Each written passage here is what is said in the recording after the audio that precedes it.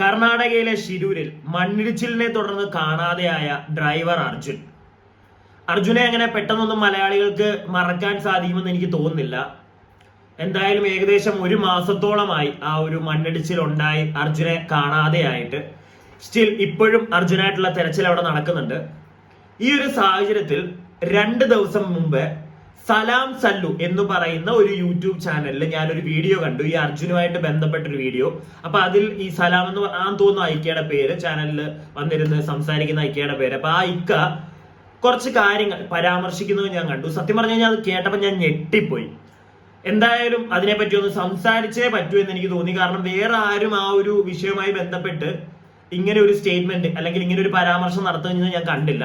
അതുപോലെ തന്നെ ഞാൻ ഒരിക്കലും പറയില്ല ഇക്ക പറഞ്ഞത് തെറ്റാണ് അല്ലെങ്കിൽ കള്ളത്തരമാണ്, വെറുതെ അയാൾ പറഞ്ഞാണെന്നൊന്നും എനിക്കൊരിക്കലും പറയാൻ സാധിക്കില്ല. കാരണം 1.5 ലക്ഷത്തിന് മേൽ സബ്സ്ക്രൈബേഴ്സ് ഉള്ള ഒരു ചാനലാണ്. അപ്പൊ അങ്ങനെ ഒരു ചാനൽ ഒരിക്കലും ഒരാൾ വന്നിരുന്ന് വെറുതെ ഒരു കാര്യം പറയില്ല. എന്താണെങ്കിലും ആ വ്യക്തി പറയുന്ന കുറച്ച് കാര്യങ്ങൾ ഞാൻ നിങ്ങളെ ഇവിടെ ഒന്ന് കേൾപ്പിക്കാം, എന്നിട്ട് നമുക്ക് അതിനെ സംബന്ധമായിട്ടൊന്ന് സംസാരിക്കാം. എല്ലാവരും ഈ വീഡിയോ കണ്ടിരിക്കണം. അതുപോലെ തന്നെ പറ്റുമെങ്കിൽ എല്ലാവരും ഒന്ന് ലൈക്ക് ഒക്കെ ചെയ്യുക, സബ്സ്ക്രൈബ് ചെയ്യാതെ ഈ വീഡിയോ കാണുന്നവരുണ്ടെങ്കിൽ ഒന്ന് സബ്സ്ക്രൈബ് ഒക്കെ ചെയ്ത് സപ്പോർട്ട് ചെയ്യുക. വീഡിയോ എന്തായാലും നിങ്ങളൊന്ന് കാണുക. കാണാതായ അർജുന് വേണ്ടിയുള്ള തെരച്ചിലിൽ ഇന്നും കാര്യമായിട്ടുള്ള ഒരു തെളിവ് നമുക്ക് കിട്ടിയിട്ടില്ല. ആകെ കിട്ടിയത് അർജുൻ ഉപയോഗിച്ചിരുന്ന വാഹനത്തിന്റെ തടി കെട്ടാൻ ഉപയോഗിച്ചിരുന്ന ഒരു കയർ കിട്ടി, അതുപോലെ തന്നെ ഇന്നലെ ജാക്കിയും കിട്ടി. അല്ലാതെ വേറെ ഒന്നും നമുക്ക് കിട്ടിയിട്ടില്ല. ഇപ്പോഴും ദുരൂഹത ബാക്കിയാണ്. എന്ത് സംഭവിച്ചു അർജുൻ എന്നുള്ളത് ഇപ്പോഴും നമുക്ക് ഉത്തരം കിട്ടാത്തൊരു ചോദ്യമായിട്ട് അവിടെ നിലനിൽക്കുകയാണ്. ഈ ഒരു കാര്യം ഇപ്പോൾ നിലനിൽക്കുമ്പോഴും ഒരുപാട് ആളുകളുടെ ഒരുപാട് വ്യത്യസ്തമായിട്ടുള്ള അഭിപ്രായങ്ങളാണ് വന്നുകൊണ്ടിരിക്കുന്നത്. ഒരു ആളുകൾ പറയുന്നത്, അല്ലെങ്കിൽ ഒരു വിഭാഗം പറയുന്നത്, അർജുൻ വാഹനവുമായി കടന്നു കളഞ്ഞു, മറ്റെവിടെയെങ്കിലും കൊണ്ടുപോയി വാഹനം വിറ്റു, ഇപ്പൊ വേറെ എവിടെയെങ്കിലും ഒളിഞ്ഞു താമസിക്കുന്നുണ്ടാവും, അല്ലെങ്കിൽ കാശ് കൊണ്ട് വേറെ എവിടെയെങ്കിലും പോയിട്ട് സുഖമായിട്ട് ജീവിക്കുന്നുണ്ടാവുമെന്ന് ഒരു വിഭാഗം ആളുകൾ കമന്റ്സ് രൂപത്തിൽ മറ്റൊക്കെ അഭിപ്രായപ്പെടുന്നുണ്ട്. മറ്റു ചില ആളുകൾ പറയുന്നത് ഈ ഒരു അവസരം മുതലാക്കിക്കൊണ്ട് അർജുനെയും അർജുൻ ഉപയോഗിച്ച വണ്ടിയെയും തട്ടിക്കൊണ്ട് പോയിട്ട് അർജുന് വകവരുത്തിയതിനു ശേഷം ഈ ഒരു വണ്ടി മറ്റെവിടെയും കൊണ്ടുപോയി വിറ്റ് കാശാക്കി അവരത് പുട്ടടിച്ച് സുഖമായി ജീവിക്കുന്നുണ്ടാവും. അർജുന്റെ ബോഡി അവർ നശിപ്പിച്ച് കാണും, അതുകൊണ്ടാണ് അർജുനെ കിട്ടാത്തതെന്ന് മറ്റു ചില ആളുകൾ, ഒരു വിഭാഗം ആളുകൾ വേറെയും പറയുന്നുണ്ട്. മറ്റു ചില ആളുകൾ പറയുന്നത് മറ്റൊന്നാണ്. ഈ കളികളെല്ലാം തന്നെ കളിക്കുന്നത് ലോറി ഉടമയായിട്ടുള്ള മനാഫാണ്. മനാഫ് പറയുന്ന സകല കാര്യങ്ങളും നുണയാണ്. മനാഫിനെ ഒന്ന് പിടിച്ച് നല്ല രീതിയിൽ ഒന്ന് ചോദ്യം ചെയ്താൽ സത്യങ്ങൾ തത്ത പറയുന്ന പോലെ മനാഫ് പറയുമെന്നാണ് മറ്റുള്ള ആളുകൾ പറയുന്നത്. അതായത് ഇൻഷുറൻസ് തുക കിട്ടാൻ വേണ്ടിയിട്ട് ഈ ലോറിയെയും അതുപോലെ തന്നെ അർജുനെയും മാറ്റിക്കൊണ്ടുപോയി മറ്റെവിടെയെങ്കിലും താമസിപ്പിക്കുക അല്ലെങ്കിൽ ഒളിപ്പിച്ചു വെക്കുകയോ ചെയ്തിട്ട് ഇതുപോലുള്ള അവസരങ്ങളിൽ വാഹനം കിട്ടാതെ വരുമ്പോഴും കിട്ടാവുന്ന ഒരു ഇൻഷുറൻസ് തുക അടിച്ചെടുത്ത് ബാക്കിയുള്ള കാര്യങ്ങൾ പിന്നീട് തീരുമാനിക്കാൻ വേണ്ടിയിട്ട് മനാഫ് വണ്ടിയെയും അർജുനെയും മാറ്റി പറപ്പിച്ചിരിക്കുകയാണ്. ഇതിനുശേഷം ഇൻഷുറൻസ് തുകയുമായിട്ടുള്ള കാര്യങ്ങളൊക്കെ കിട്ടിയതിനു ശേഷം ആ ഒരു വാഹനം പൊളിക്കാൻ കൊടുത്ത് കിട്ടുന്ന കാശ് കയ്യിൽ വാങ്ങുമോ എന്നുള്ള ഉദ്ദേശം കൊണ്ട് മനാഫാണ് ഈ കളികളൊക്കെ കളിക്കുന്നത് എന്നാണ് ഇപ്പോ ഒരു വിഭാഗം ആളുകൾ പറയുന്നത്. നമുക്ക് എല്ലാവർക്കും ഒരു സത്യം അറിയാം. അതായത് അർജുൻ ഇനി തിരിച്ചു വരാനുള്ള ചാൻസ് വളരെ വളരെ കുറവാണ്.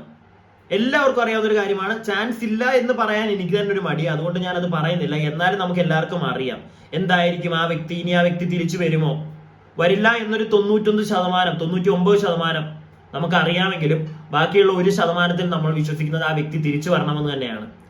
അങ്ങനെ ഒരു സാഹചര്യത്തിലാണ് ഇങ്ങനെയുള്ള ഈ വ്യക്തി ഇപ്പൊ പറയുന്നത്. എനിക്ക് തോന്നുന്നു ഈ ഫേസ്ബുക്കിലെ കമന്റ് ബോക്സിൽ വരുന്ന കമന്റുകളെല്ലാം കണ്ടിട്ടായിരിക്കാം. അതല്ലാതെ ഞാൻ എങ്ങും, നിങ്ങൾ ആരെങ്കിലും ഇങ്ങനെയുള്ള പരാമർശങ്ങൾ ആരെങ്കിലും ഒക്കെ എവിടെയെങ്കിലും കമന്റ് ബോക്സിലൊക്കെ പറഞ്ഞ് നിങ്ങൾ കണ്ടിട്ടുണ്ടെങ്കിൽ ഒന്ന് പറയണം കേട്ടോ.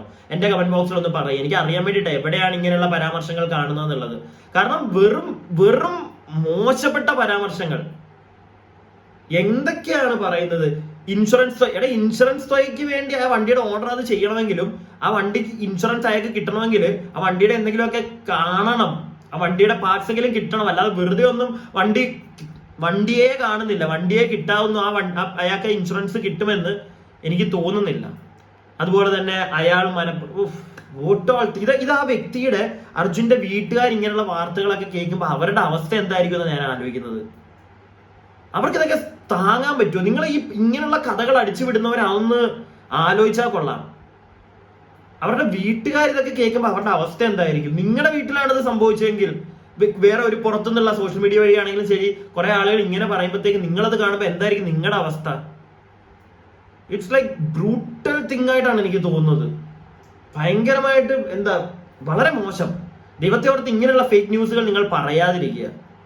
ആ വ്യക്തിയെ തട്ടിക്കൊണ്ടുപോയി ആ മണ്ണിടിച്ചിലിൽ അദ്ദേഹത്തിന്റെ വണ്ടിയുടെ പാർട്സോ അയാളുടെ വണ്ടിയിൽ നിന്ന് പോയ തടി ഒക്കെ അവിടെ കണ്ട് അതിനെയൊക്കെ ഈ നമ്മുടെ ഓണർ ആണെങ്കിലും ശരി അത് അതിനകത്തുനിന്ന് പോയതാണെന്നൊക്കെ പറയുന്നുണ്ട്. അപ്പൊ വണ്ടി അവിടെ ഉണ്ട്. ടോട്ടലായിട്ട് ആ വണ്ടി ഇവർക്ക് തിരിച്ച് റെസ്ക്യൂ ചെയ്തെടുക്കാൻ പറ്റിയിട്ടൊന്നുമില്ലെന്നേ ഉള്ളൂ. പക്ഷെ എവിടെയോ ആ മണ്ണിനടി, ആ വെള്ളത്തിനടിയിൽ എവിടെയെങ്കിലും കാണും, ഇല്ലെങ്കിൽ ഒഴുകിപ്പോയി കാണും. അതുപോലെ തന്നെ ആ വണ്ടി അവിടെ നിർത്തി ആ സമയത്ത് അവിടെ ഉണ്ടായിരുന്നു എന്ന് പറഞ്ഞ ദൃക്സാക്ഷികളൊക്കെ ഉണ്ട്. അങ്ങനെയുള്ള ഒരു സാഹചര്യത്തിൽ വെറുതെ വന്നിട്ട് ഇങ്ങനെ ഓരോന്ന് പറയാതിരിക്കുക. അറ്റ്ലീസ്റ്റ് നിങ്ങൾ ഒന്നും പറയണ്ട, അയാൾ തിരിച്ചു പറഞ്ഞത് ഒന്നും പ്രാർത്ഥിക്കുക, ഒന്നും വേണ്ട. പക്ഷെ ഇങ്ങനെയുള്ള വാർത്തകൾ അടിച്ചിറക്കാതിരിക്കുക. ഇല്ലെങ്കിൽ എന്തെങ്കിലുമൊക്കെ ബൈ ചാൻസ് ഉണ്ട്, നിങ്ങൾക്ക് എന്തെങ്കിലുമൊക്കെ അവിടെ തെളിവുകൾ കണ്ടിട്ടാണ്, അല്ലെങ്കിൽ ആരെങ്കിലും പറഞ്ഞതെങ്കിലും തെളിവുകളൊക്കെ ഉണ്ടെങ്കിൽ നിങ്ങൾ ഒന്നിരുന്ന് പറയുക. ഇതൊന്നുമില്ലാതെ ഇങ്ങനെ ഇരുന്ന കാര്യങ്ങൾ ചെയ്യാതിരിക്കുക. ഇത് എൻ്റെ ഒരു അഭിപ്രായമാണ്. അത് വളരെ മോശമാണ്. ആ വ്യക്തിയുടെ ഫാമിലി അത് കാണുമ്പോൾ അവരുടെ ഒന്നാമത് അവരിപ്പം മാനസികമായിട്ട് തളർന്നിരിക്കുകയായിരിക്കും. അതിൻ്റെ ഇടയ്ക്ക് ഇങ്ങനെയുള്ള വാർത്തകളും കൂടി അവരെവിടെങ്കിലും ഒക്കെ കാണുകയാണെങ്കിൽ, ഇപ്പൊ കമന്റ് ബോക്സുകളിൽ നിന്ന് കാണുകയാണെങ്കിൽ പോലും അത് അവരെ ഭയങ്കരമായിട്ട് തളർത്തും. സോ അങ്ങനെയുള്ള കാര്യങ്ങൾ ചെയ്യാതിരിക്കുക. അതുപോലെ തന്നെ നിങ്ങൾ ആരെങ്കിലും, ഈ വീഡിയോ കാണുന്ന ആരെങ്കിലും ഇങ്ങനെയുള്ള കമന്റുകൾ എവിടെയെങ്കിലും കണ്ടിട്ടുണ്ടെങ്കിൽ ഒന്ന് പറയണം. കാരണം ഞാൻ എങ്ങും ഇങ്ങനത്തെ കമന്റുകൾ നോട്ടീസ് ചെയ്തില്ല. ഇപ്പൊ ഈ വ്യക്തി അത് പറയുന്നുണ്ടെങ്കിൽ കാണുമായിരിക്കും എവിടെയെങ്കിലും ഒക്കെ. അതുകൊണ്ടായിരിക്കും ആ വ്യക്തി വന്നിരുന്ന് അങ്ങനെയൊക്കെ പറയുന്നത്.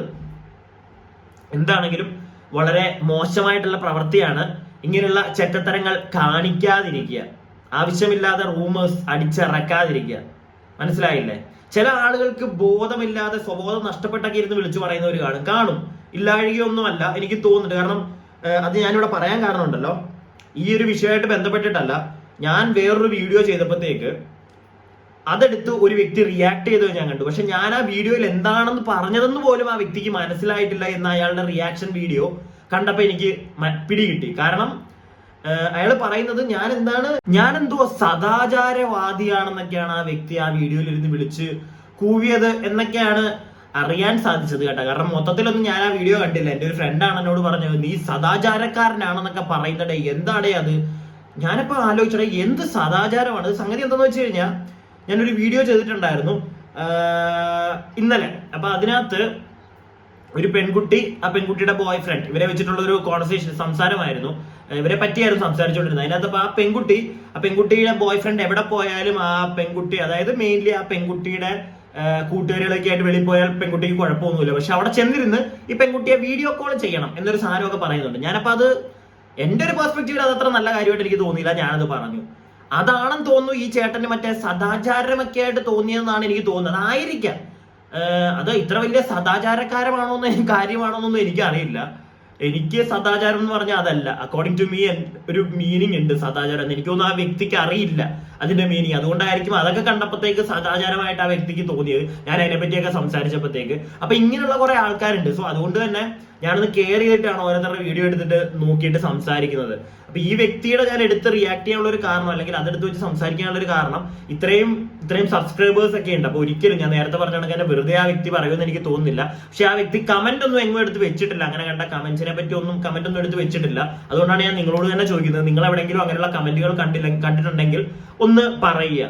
അപ്പൊ ഇങ്ങനെയുള്ള കമന്റുകൾ ഇട്ടിട്ടുണ്ടെങ്കിൽ, ഇങ്ങനെയുള്ള സാധനങ്ങൾ എവിടെയെങ്കിലും ഒക്കെ ഇങ്ങനെ ഈ കിംബദന്തികൾ പരക്കുന്നുണ്ടെങ്കിൽ നിർത്തുക, ദൈവത്തെ ഓർത്ത്. ഇങ്ങനെയുള്ള സാധനങ്ങൾ പറയാതിരിക്കുക. വളരെ മോശമാണത്.